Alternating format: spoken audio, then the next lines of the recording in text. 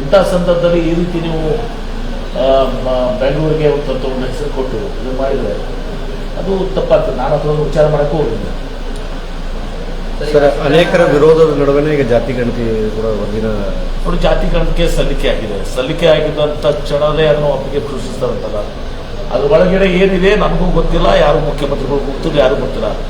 ಅದನ್ನು ತೆಗೆದು ನೋಡಿದಾಗ ಗೊತ್ತಾಗುತ್ತೆ ಈ ಮಾಹಿತಿ ಏನಿದೆ. ಆ ಮಾಹಿತಿಯನ್ನು ತಿಳ್ಕೊಂಡು ನಾವು ಮಾತಾಡೋದು ಸೂಕ್ತನ? ಅಂದ್ರೆ ಈಗ ಮಾಹಿತಿ ತಿಳ್ಕೊಳ್ಳೋದು ನಾವೇನೋ ತಪ್ಪಾಗಿ ಮಾತಾಡಿದ್ವು ಅಂದರೆ ನಾಳೆ ಅದನ್ನು ಎಡವಟ್ಟು ಮಾಡ್ತೀವಿ ನಾವು. ಸರಿಯಾಗಿ ಜಾತಿ ಗಣತಿ ಆಗಿಲ್ಲ ಅಂದ್ರೆ ಈಗ ಅನೇಕ ಸಮಾಜಗಳಿಗೆ ಆಲ್ರೆಡಿ ವಿರೋಧ ವ್ಯಕ್ತಪಡಿಸ್ತಾರೆ.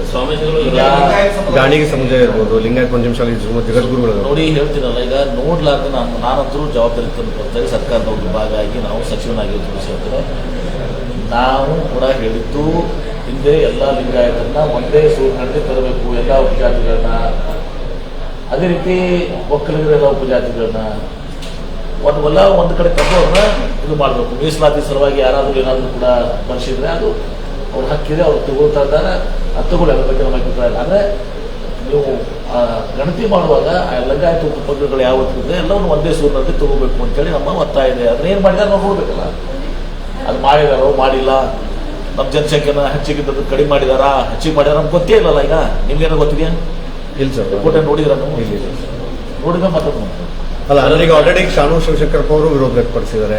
ಆಮೇಲೆ ಅಂದ್ರೆ ಅದ್ರ ವಿರೋಧ ನಡುವೆ ಇಲೆಕ್ಷನ್ ಇತ್ತು ಅವಶ್ಯಕತೆ ಮಾತಾಡಿದಲ್ಲ. ನಾನು ಮಾತ್ರ ನಿಲುವು ಸ್ಪಷ್ಟ. ನಾನು ಕೂಡ ಹೇಳಿದವರು ಎಲ್ಲರಿಗೂ ಒಂದೇ ಸೂರಿನ ತಗೋಬೇಕು.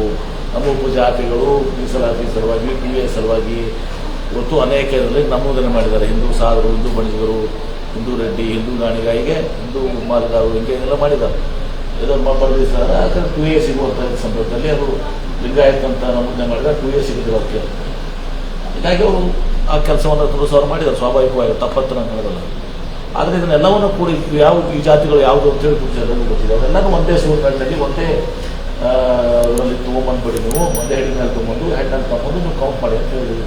ಏನು ಮಾಡಿದ್ರೆ ನೋಡೋಲ್ಲ.